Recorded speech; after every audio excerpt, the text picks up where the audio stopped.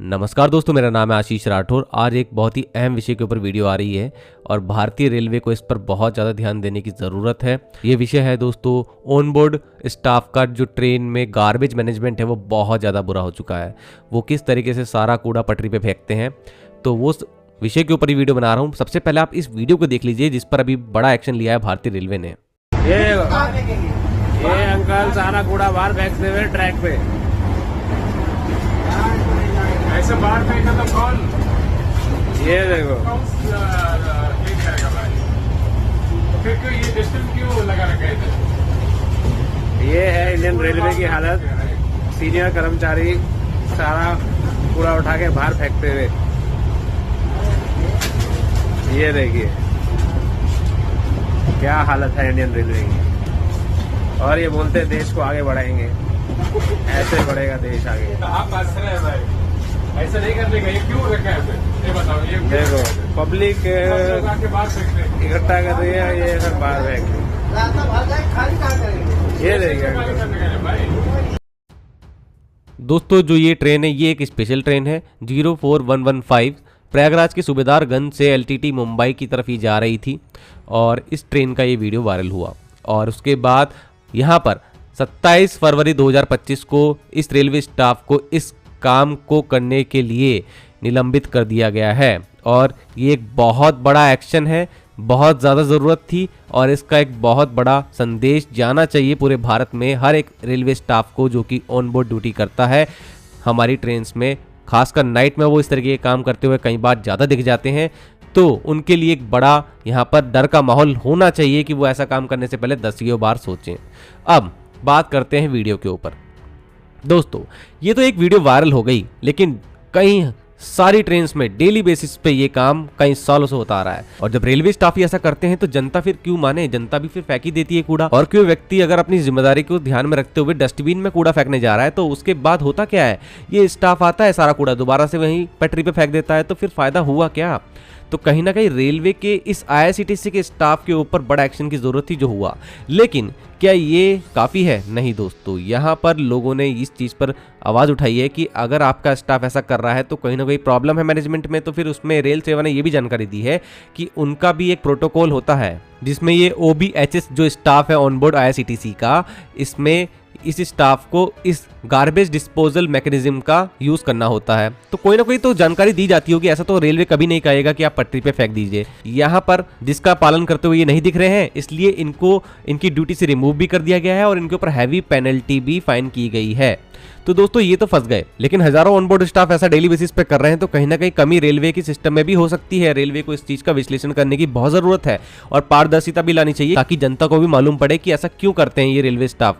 और एक मुद्दा और उठाना चाहूंगा कि हमारी जो LHB कोचेस की डिजाइनिंग होती है उसमें आज इतने सारे जब डब्बे में लोग बैठे होते हैं तो उनके लिए डस्टबिन की जो यहाँ पर कैपेसिटी है वो मुझे कम लग रही है, काफ़ी ज़्यादा छोटे होते हैं। तो इनकी कैपेसिटी को बढ़ाना या फिर अलग से कोई स्पेस इन कोचेस के अंदर इंट्रोड्यूस किया जाए, ऐसा रेलवे को सोचना चाहिए। और अगर अब इतने सारे बन गए LHB कोचेस के अंदर चेंजेस नहीं किए जा सकते हैं तो कोई और नया तरीका भी निकाला जाए कि जिससे कि ये ऑनबोर्ड स्टाफ इस तरीके से ना करे। कोई बड़ा सा पॉलिथीन बैग दिया जाए, उसके अंदर ये भर लिया जाए और फिर किसी ना किसी स्टेशन पर ये दे दिया जाए उस अगले व्यक्ति को जो कि फिर बाद में इसको सही जगह पर ले जाएगा स्टेशन से। तो ये सब चीज़ें हो सकती हैं। बाकी अगर ये है तो जरूर से मुझे कमेंट सेक्शन बताना। अगर आप लोग एम्प्लॉय हैं, इस तरीके से जानते हैं भारतीय रेलवे में कोई काम होता है, तो अच्छे से मुझे समझाइएगा कमेंट सेक्शन में और लोगों को भी इससे मालूम पड़ेगा। अब आता हूँ दोस्तों वीडियो पे। अगर कोई नौकरी कर रहा है और देश का नागरिक है और देश के प्रति प्रेम है, तो दोस्तों मैं अगर इसकी जगह अपने आप को रखूं, मैं एक बात और क्लियर कर दूं, कोई पढ़ा लिखा इंसान तो होगा ही होगा ये व्यक्ति, तो ये इतने बुद्धू तो नहीं हो सकते कि इनको नहीं मालूम कि ये कर क्या रहे हैं। तो यहाँ पर इनको बहुत अच्छे से पता है। सबसे बड़ी दिक्कत मुझे इनकी मानसिकता से है, क्योंकि ये काम करते वक्त ये मजबूर नहीं दिखाई देते, ये खुश हैं और ये काम करने में इनको मज़ा आ रहा है ऐसा दिख रहा है और वो बहुत अच्छे से इस काम को कर रहे हैं। उनको पता है कि उनकी वीडियो बन रही है तो और ज़्यादा फेंक रहे हैं। देखिए नीचे से भी निकाल निकाल के फेंक रहे हैं, जितना भी कूड़ा आसपास है मज़ा आ रहा है इनको फेंकते हुए, वो दिख रहा है। ये मानसिकता बहुत बड़ी दीमक की तरह खा रही है भारतीय रेलवे को भी और भारत को भी।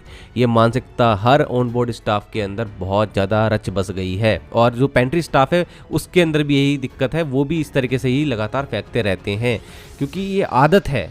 ऐसा नहीं है कि कोई व्यवस्था होगी ही नहीं, बिल्कुल भी कुछ ना कुछ तो होगा, लेकिन ये आदत बन गई है इनके मन में ये इच्छा बहुत प्रबल होती कि मेरा देश गंदा नहीं होना चाहिए, तो ये कुछ भी करके कुछ ना कुछ तो जुगाड़ निकाल ही लेते। कोई भी बुद्धू नहीं होता है दोस्तों।